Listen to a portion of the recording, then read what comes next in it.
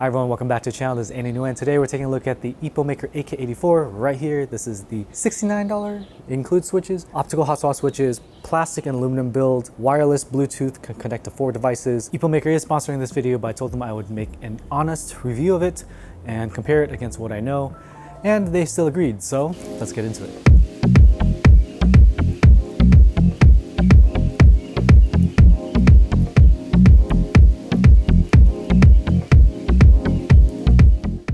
So what comes in the box? For pre-builts, this really matters because most people that are buying pre-builts don't have their own accessories yet.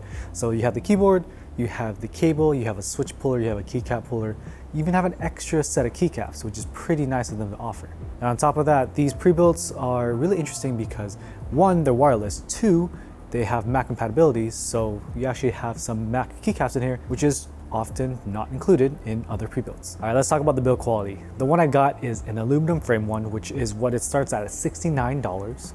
Nice. The plastic is pretty sturdy. I tried to really flex it and creak it on the stream. It didn't really do that, so it's pretty nice. Aluminum frame, that's just the aluminum top. It's like the drop Bento, it's not really doing much. But to keep it short and sweet, this is a compressed 75% layout. So if you look at it, you're probably thinking that looks like a Keycaps K2, and it does. The differences between this and the Keycaps are very minor, but we'll get into it in a second. We'll include this in the build section. It's an optical Hotswap keyboard, so it doesn't take in MX style switches. Unfortunately, if you want to get that, you have to go up to the $99 price point, which also compares against the Keycaps with the full RGB, the wireless, and the Hotswap. Coincidence?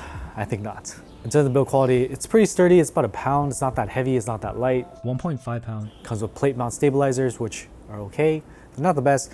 I don't think I know of any OEM plate mount stabilizers that are great. The keycaps themselves are PBT, but they're very thin PBT. So if you're expecting thock, I don't think you're gonna get that here. But the keycaps are OEM profile, and that really matters because these are north-facing optical Hotswap switches. That means is if you put cherry style keycaps on there, it'll collide and make a bad noise.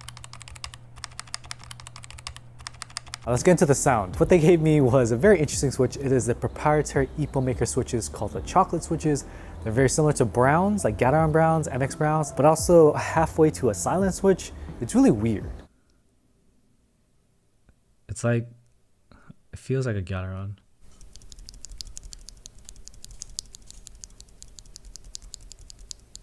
Does it sound good to my ears?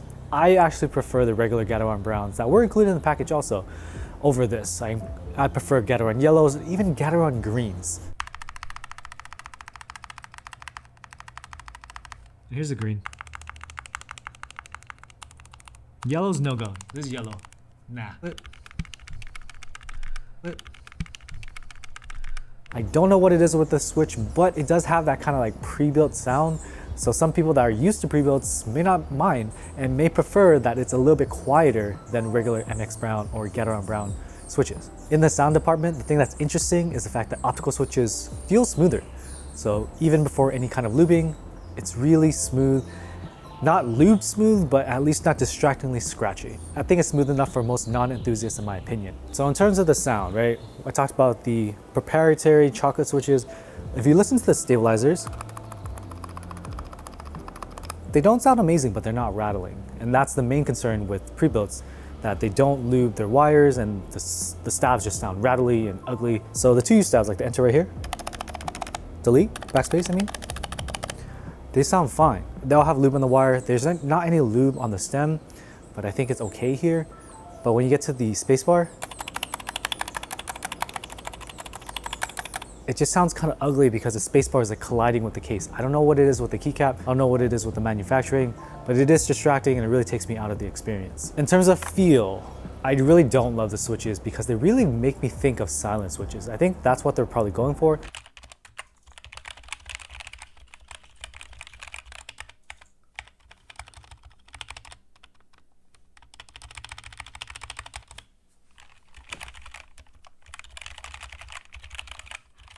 I opened up the switch on stream and there were no silencing pads. I don't know why it feels this way, but it looks like any regular brown. It's just, I guess, the way they designed their proprietary switch lent itself to a quieter sound. You may like that, you may not. I personally don't because I love the sound of mechanical keyboards. So for the feel itself of these switches, it feels like a Gateron brown. It feels like an MX brown. It's like a light tactile light tactile switch. The tactility is lighter than the Gateron Brown, so if you're familiar with MX Browns, Gateron Browns, this is right up your alley. The mounting style itself of this board, it is still an integrated plate. Unfortunately, it's integrated, so the top case and the plate itself, both aluminum, are in one piece. Is that good? Is that bad? Honestly, I do not like integrated plates. They feel very stiff, there's no flex, it's not very fun to type on. But at the price of $69, it's not so bad. If you buy the cheap Amazon keyboards, more likely than not, they're integrated plate. When you type on an integrated plate, because there's one piece of metal that connects the case to the plate, there's no flexure in the middle, no deflection, I mean. It just feels like one stiff unit. If you go into customs, there are other things to look at that can give you a more flexible typing experience. One of the benefits of the optical switch that I mentioned earlier is that they're generally pretty smooth, and this is no exception. It feels fine, unlubed. Does it feel great? No, I really prefer lubing all of my switches, but it's fine for a pre-built one kind of unit that you can just buy. So this is where optical and mechanical switches come into play. Optical switches are based off of lasers and lights, and that's how they actuate. When the switch is actuated, pressed down, it completes connection via light. In terms of mechanical switches, the actuation is based off the stem pushing the leaf up against the pin. So when the stem goes down, it pushes the leaf up against it, and then the electrical connection is made, and that's how the switch actuates. Optical switches are theoretically supposed to last longer. Will this matter?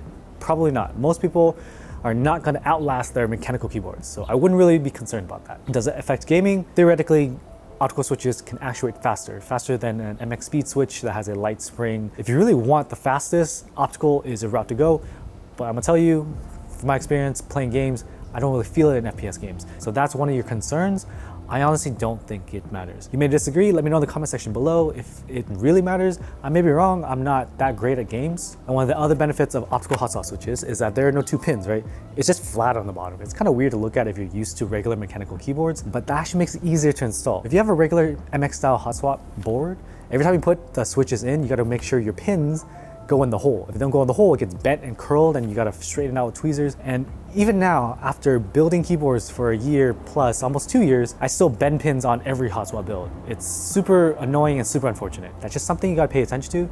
And with an optical hotswap, it's not a problem. So the main draws of this board is it comes with PBT keycaps over ABS, which not all pre-builts have. It comes with a second set of keycaps. These are these plastic bottom, but silicone mold on top keycaps.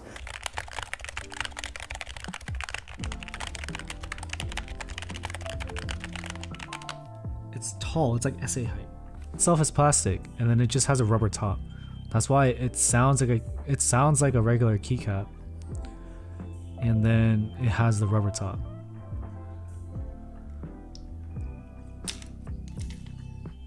So this is basically a condensed version of a keycap, right? What's cool about that is you can remove the silicone on top without swapping the keys, so you can do it without tools. Will this matter? I probably would rather just have a switch puller because I'm a nerd and I always have it handy. But let's say you have it at work and you need to switch, I don't know, delete at home or something. But the thing that's funny about that is you'll need your computer to actually remap it, right? So I don't think you'll be in a situation where you swap the keys without having your tools and needing to just use your finger to remove the silicone. It also comes with the Mac OS keycaps in case you're a Mac user, so you don't have to move your keycaps around or remember. And the other thing is it connects to 4 devices rather than 3. So if you're looking at the Keycaps that can only connect to 3, this can connect to 4. If you're a true wireless user and use a bunch of wireless devices, that's cool. I was able to swap between my phone and my computer pretty quickly, so that was dope. Will I use this on a regular basis? No. I don't really know why I would use my keyboard with my phone, but if you have an iPad, maybe. Yeah, you can use an iPad to type scripts and stuff like notes. But for me, keyboard, computer. So the big thing is the price of this board. This is a $69 unit, right? So $69 gets you an aluminum frame plastic bottom board, and it competes with the other 75% in the market. So the Keycaps has a hotswap one as well, but it's not $69. But at least the Keycaps has MX switch compatibility. To get that in this board, you have to go up to $99. There's a one-to-one comparison there between the Keycaps and the Epomaker AK84. This also comes with another set of keycaps, which is a nice little bonus. Would I use those keycaps? I personally wouldn't because they're taller, and I don't like the taller keycaps. I'm not really used to them. I like OEM at most, but prefer cherry style keycaps. Subjectively, which I believe, right? I like the aesthetic of this board more. There are no seams at the corners. The Keycaps has little seams at the bottom, which look kind of ugly. This is me stepping into the shoes of someone that's using pre-built boards. I know you've seen the other boards on my channel and they're very different from this, but I'm not the only customer in the world. I'm actually a small percentage of the existing customers in the world. So what's cool about these boards is you can get into optical Hotswap. If you're into that, if you're into the future, if you're into switches that don't need pins and you want to use that kind of technology and you enjoy that, great. As for me, I'm more analog, so I actually prefer custom mechanical keyboards, soldered, or I really don't like Optical Hotswap. I actually prefer the optical Hotswap more because it's a little bit easier. There's no pins to deal with. I just wish there were more optical switch options. If they can get the high-end MX style switches, but optical variants, boards like this would kill. But for some reason right now, the optical switch technology is into these cheaper pre-builts. Maybe it'll come into customs one day, but for right now, as it stands, it's really hard to kind of invest into this because it's not quite mature yet. But if you're willing to do it, $69 for a full 75% keyboard. It is a compressed layout, so it's kind of tight in there and a little hard to reach the keys, but $69 Optical Hotswap is a compelling deal. You can get regular MX Hotswap if you go Keycaps, but it's gonna be a little bit more expensive. Of course, this has the RGB that not all the Keycaps have. And some of the Keycaps have soldered in switches and you can't swap them out. So there's very minute differences. Would I recommend one over the other? It depends on the situation. If you like Optical Hotswap, Epomaker AK84, of course. If you want MX style switches and don't care about Hotswap and just want like a Gateron Brown, maybe the Keycaps is a more compelling deal. And my final thoughts on this, $69, Keycaps, switches, Optical Hotswap, you can go for it. Would I recommend this over the Keycaps? Like I said, probably. It's a tight race though. It's either or. There's more influencers that showcase the Keycaps, so you may swing that way. Would I recommend this over a custom? It's hard. Customs are really expensive and they're only getting worse and their lead times are getting worse, so it's really hard to recommend. The main thing about this entire process of reviewing this Epomaker was that optical switches are actually pretty smooth stock. They're not bad. I just wish that the higher end switches had optical variants. So as of right now, I'm still gonna stick with my MX style switches and my regular custom boards. But hey, options like this coming to the market are good. Competition is good. And that's it. Thank you for watching the video and hope to see you in the next one. Bye.